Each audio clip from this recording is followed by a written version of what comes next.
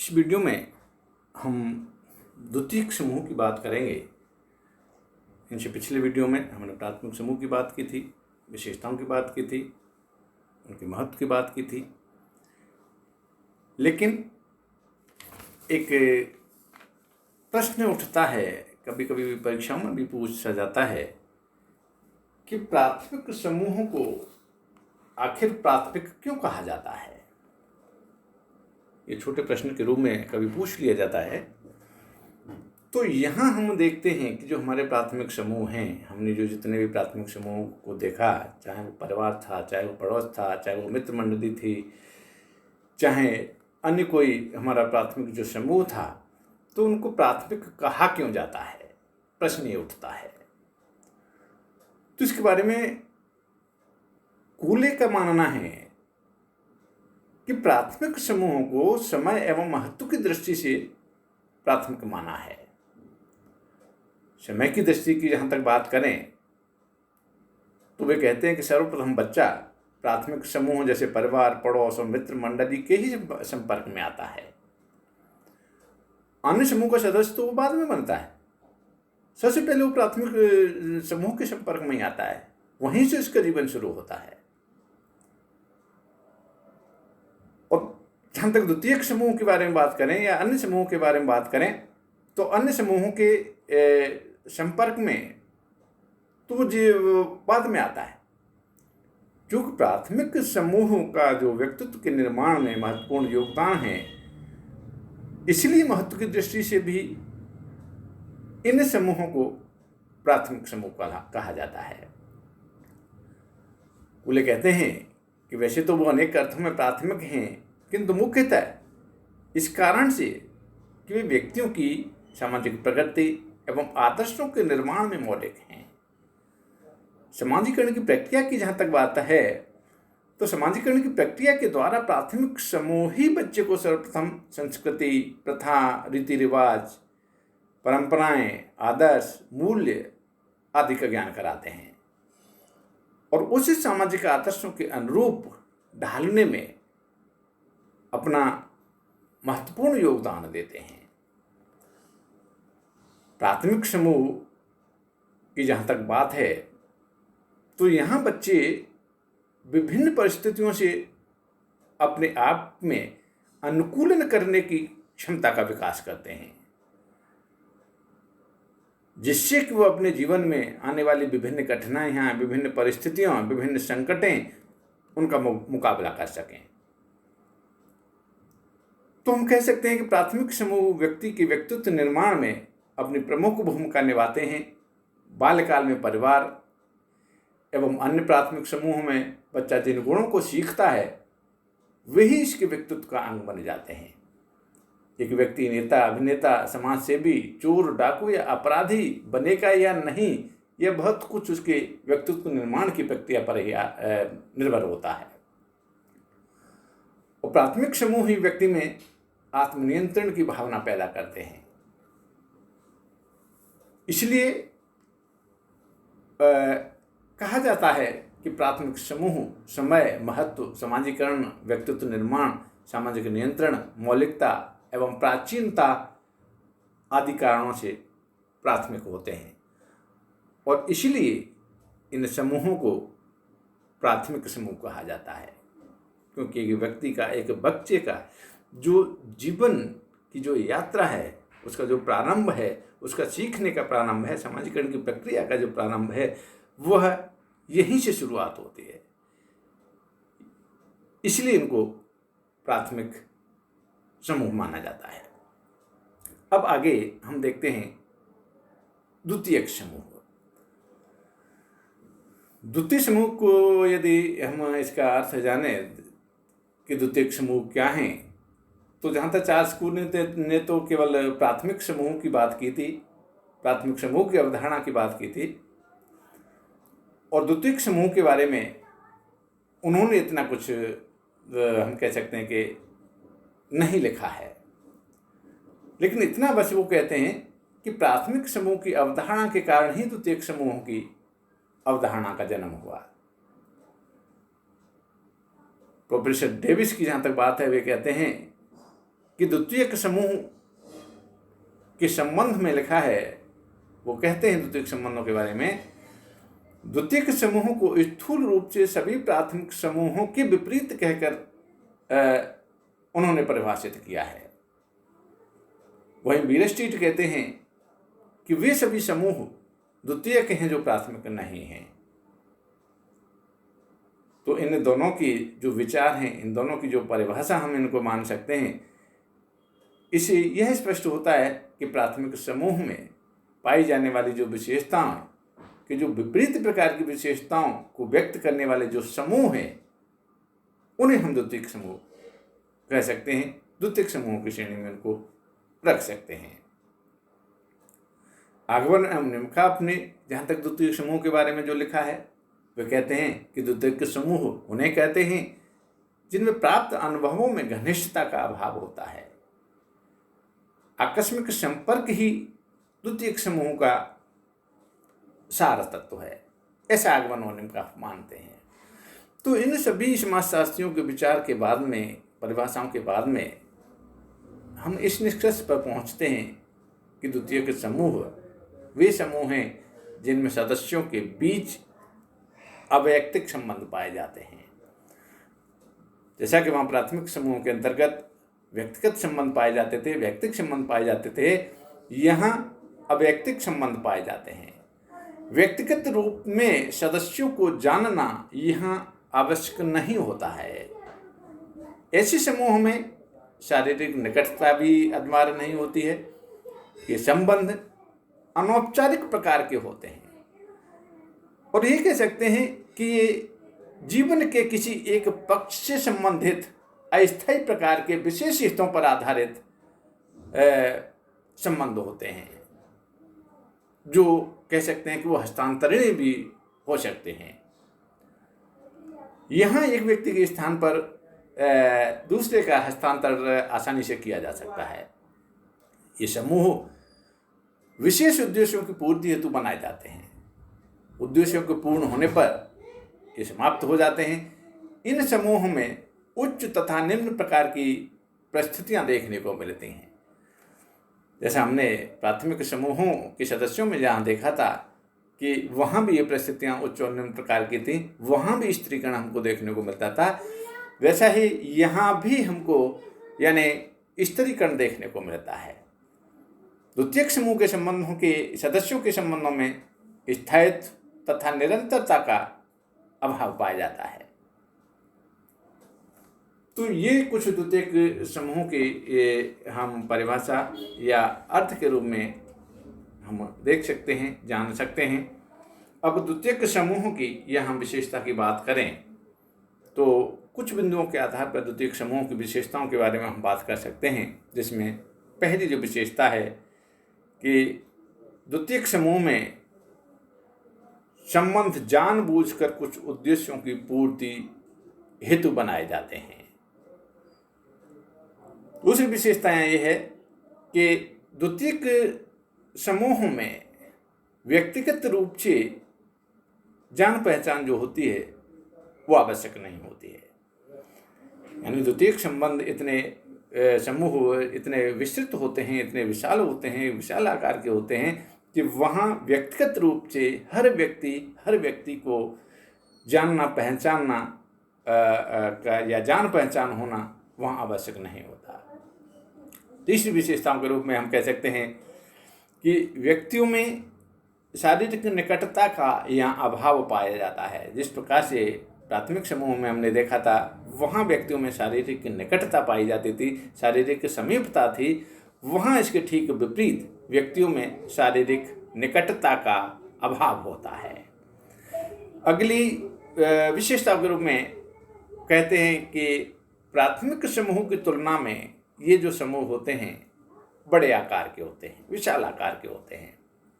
प्राथमिक समूह की यानी छोटे बड़े से तात्पर्य उनमें सदस्यों की संख्या से लिया जाता है कि प्राथमिक समूह में जो सदस्य संख्या होती है वो कम होती है, थोड़ी होती है, अल्प होती है। वहीं उसकी तुलना में जो द्वितीयक जो समूह होते हैं वह बहुत ही बड़े होते हैं। अगली विशेषता के रूप में हम देखते हैं कि व्यक्ति के किसी एक पक्ष से संबंधित होते हैं। द्वितीयक समूह जो होते हैं व्यक्ति के किसी एक पक्ष से संबंधित होते हैं। वहीं जहाँ प्राथमिक समूह की जहाँ बात थी, प्राथमिक समूह का जो संबंध होता है वह व्यक्ति के किसी एक पहलू से संबंधित नहीं होता, एक पक्ष से संबंधित नहीं होता है, लेकिन द्वितीयक समूह का जो संबंध है वह व्यक्ति के किसी एक पक्ष से, एक पहलू से संबंध होता है। अगली विशेषताओं के रूप में द्वितीयक संबंधों समूह में व्यक्तियों के उत्तरदायित्व जो होते हैं सीमित होते हैं। यहाँ यानी प्राथमिक समूहों की भांति व्यक्तियों के जो उत्तरदायित्व हैं वो इतने यानी विस्तृत नहीं हैं जितने इसमें प्राथमिक समूह में होते हैं। यहाँ व्यक्ति के यानी जो उत्तरदायित्व हैं, उनका जो कार्य है, उनको जो उत्तरदायित्व सौंपा गया है वह एक किसी पक्ष के लेकर वो कार्य उसको सौंप दिया जाता है। तो इस रूप में प्राथमिक समूह की तुलना में यदि हम देखें तो यहाँ व्यक्तियों का जो उत्तरदायित्व जो होते हैं वो सीमित होते हैं। अगली विशेषता के रूप में देखते हैं कि द्वितीयक संबंध समूहों में संबंध निश्चित नियमों से बंधे होते हैं। एक विशेषता इसकी ये भी पाई जाती है कि द्वितीयक समूहों में जो संबंध निर्मित होते हैं वे नियमों से बंधे होते हैं। वहीं हम प्राथमिक समूह की जहाँ बात करें तो वहाँ व्यक्तियों के आपस में जो संबंध होते हैं वह औपचारिक अनौपचारिक संबंध होते हैं, लेकिन यहाँ संबंध हमारे औपचारिक होते हैं, नियमों से बंधे होते हैं। नियमों के तहत यहाँ व्यक्ति अपनी परिस्थिति और भूमिका का निर्वहन करता है। वहीं प्राथमिक समूहों में वह इतने नियमों के अंतर्गत बंधे हुए नहीं होते हैं। अगली विशेषता के रूप में कहते हैं कि द्वितीयक समूह में जो संबंध जो होते हैं वो औपचारिक होते हैं, यानी एक औपचारिकता के तहत वहाँ संबंधों का निर्माण होता है। आपस के जो संबंध होंगे एक औपचारिक नियमों के तहत बंधे होंगे, एक औपचारिकता के तहत बंधे होंगे, और उन औपचारिकताओं को पूरा करना या उनका कह सकते हैं कि व्यवहार में लाना यहाँ एक व्यक्ति के लिए आवश्यक होता है। अगली विशेषता के रूप में कह सकते हैं कि द्वितीयक समूहों में संबंधों में घनिष्ठता का अभाव पाया जाता है। यदि हम प्राथमिक समूहों से यहाँ तुलना करें तो प्राथमिक समूहों में के जो सदस्य हैं उनमें संबंधों में घनिष्ठता हमको देखने को मिलती है, आत्मीयता हमको देखने को मिलती है, निकटता हमको देखने को मिलती है। वहीं द्वितीयक समूहों की जहाँ हम बात करें तो यहाँ व्यक्तियों में आपस में घनिष्ठता का अभाव पाया जाता है। संबंध जो होते हैं इतने घनिष्ठ नहीं होते, इतने आत्मीय नहीं होते हैं। यहाँ संबंध केवल औपचारिक होते हैं और नियमों के तहत बंधे हुए होते हैं। तो व्यक्ति केवल उन्हीं औपचारिकताओं में रहकर उन संबंधों को अपने संबंधों के अनुरूप यहाँ व्यवहार करता है। तो यहाँ संबंध घनिष्ठ नहीं होते, जबकि यहाँ संबंध जो होते हैं वो औपचारिक होते हैं। और अंत में विशेषता जो बताई है कि द्वितीयक समूह जो होते हैं वह स्वतः विकसित नहीं होते। द्वितीयक समूहों के लिए यहाँ यानी सोच समझकर व्यक्ति इनका विकास करता है, किसी उद्देश्य को लेके इनको विकसित करता है। और वहीं प्राथमिक समूह की जब हम बात करें तो वहाँ जो प्राथमिक समूह थे वे स्वतः विकसित होते थे। अब जहाँ तक महत्व की बात है तो महत्व के रूप में हम देखें तो द्वितीयक समूह का जो महत्व है वो कुछ इस प्रकार से हम देख सकते हैं कि सामाजिक परिवर्तन एवं प्रगति में सहायक होते हैं। द्वितीयक समूह जो होते हैं वह व्यक्ति की कह सकते हैं कि सामाजिक परिवर्तन और उसकी जो प्रगति है उसमें सहायक होते हैं। ये समूह सामाजिक परिवर्तन के माध्यम से सामाजिक प्रगति में अपना योग देते हैं। इन समूहों के प्रभाव से व्यक्ति तार्किक दृष्टिकोण को अपनाने लगता है। यहाँ भाई भतीजावाद से कुछ सीमा तक मुक्त होता है और प्रथाओं, रूढ़ियाँ और अंधविश्वासों से यहाँ छुटकारा प्राप्त करता है। इन समूह में जहाँ तक व्यक्ति विभिन्न प्रकार के व्यवहारों से परिचित होता है और उन्हें ग्रहण करने का वो प्रयत्न करता है। हम यहाँ ये कह सकते हैं कि इन समूहों के अंतर्गत व्यक्ति को यानी नई नई तरीके से एक व्यवहार करने का, सीखने का या अवसर मिलता है, उसको मौका मिलता है। ये समूह व्यक्ति को प्रतिस्पर्धा की ओर प्रेरित भी करते हैं, उसे आगे बढ़ाने को जहाँ तक प्रोत्साहित भी करते हैं और भविष्य के प्रति आशावान बनाए रखने में भी वो कह सकते हैं कि योगदान देते हैं। तो इस रूप में द्वितीयक समूह जो होते हैं व्यक्ति के लिए महत्वपूर्ण होते हैं। जहाँ सामाजिक परिवर्तन और प्रगति की बात आती है तो उसमें ये अपना महत्वपूर्ण योगदान देते हैं। दूसरे बिंदु के रूप में व्यक्तियों में जागरूकता पैदा करते हैं।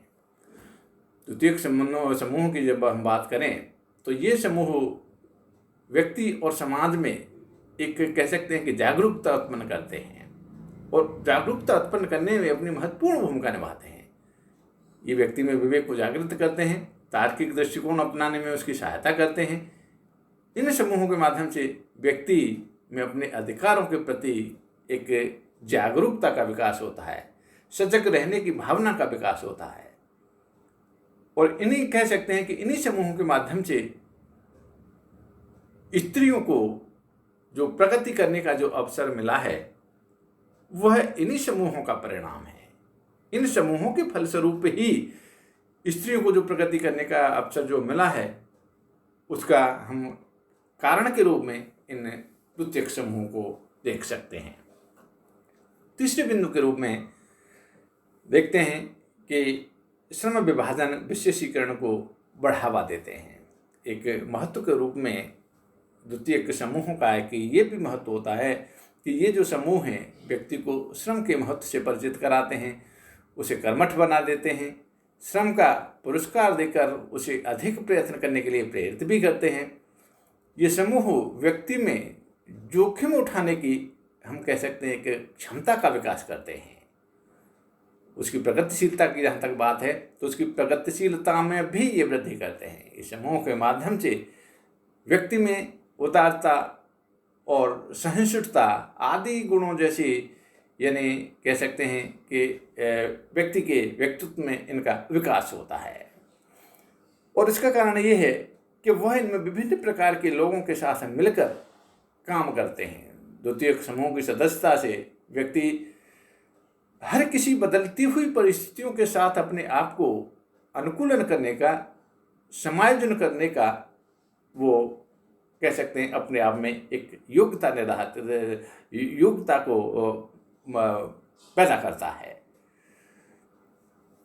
तो द्वितीयक समूह श्रम विभाजन एवं विशेषीकरण को महत्व देते हैं जिससे व्यक्ति की ज्ञान एवं कुशलता में वृद्धि होती है। क्योंकि जब एक व्यक्ति एक विशेष प्रकार का जब कोई कार्य करेगा तो निश्चित रूप से वह उस कार्य करने में विशिष्टता प्राप्त कर लेगा। तो ये जो अवसर जो मिलते हैं वह द्वितीयक समूहों में हमें देखने को मिलते हैं। और अंत में सामाजिक नियंत्रण में सहायक, आज के ढांचे जटिल समाज की हम बात करें और द्वितीयक समाजों की बात करें तो इन समूहों के माध्यम से ही समाज में नियंत्रण को बनाए रखा जा सकता है। प्रथाएं हैं, परंपराएं हैं, रूढ़ियाँ हैं, धर्म हैं, आज विविधतापूर्ण जटिल समाजों में प्रभावशाली ढंग से सामाजिक नियंत्रण को रखने के लिए हमें इन समूहों की आवश्यकता होती है, जिसमें हम पुलिस है, अदालत है, कानून है, प्रशासनिक संगठन हैं, इनके माध्यम से ही हम समाज में एक व्यवस्था को बनाए रखने में सफल होते हैं। तो हम यहाँ ये कह सकते हैं कि द्वितीयक समूह जो होते हैं समाज में एक नियंत्रण की स्थिति बनाए रखने में अपनी महत्वपूर्ण भूमिका अदा करते हैं। आज इतना ही, धन्यवाद।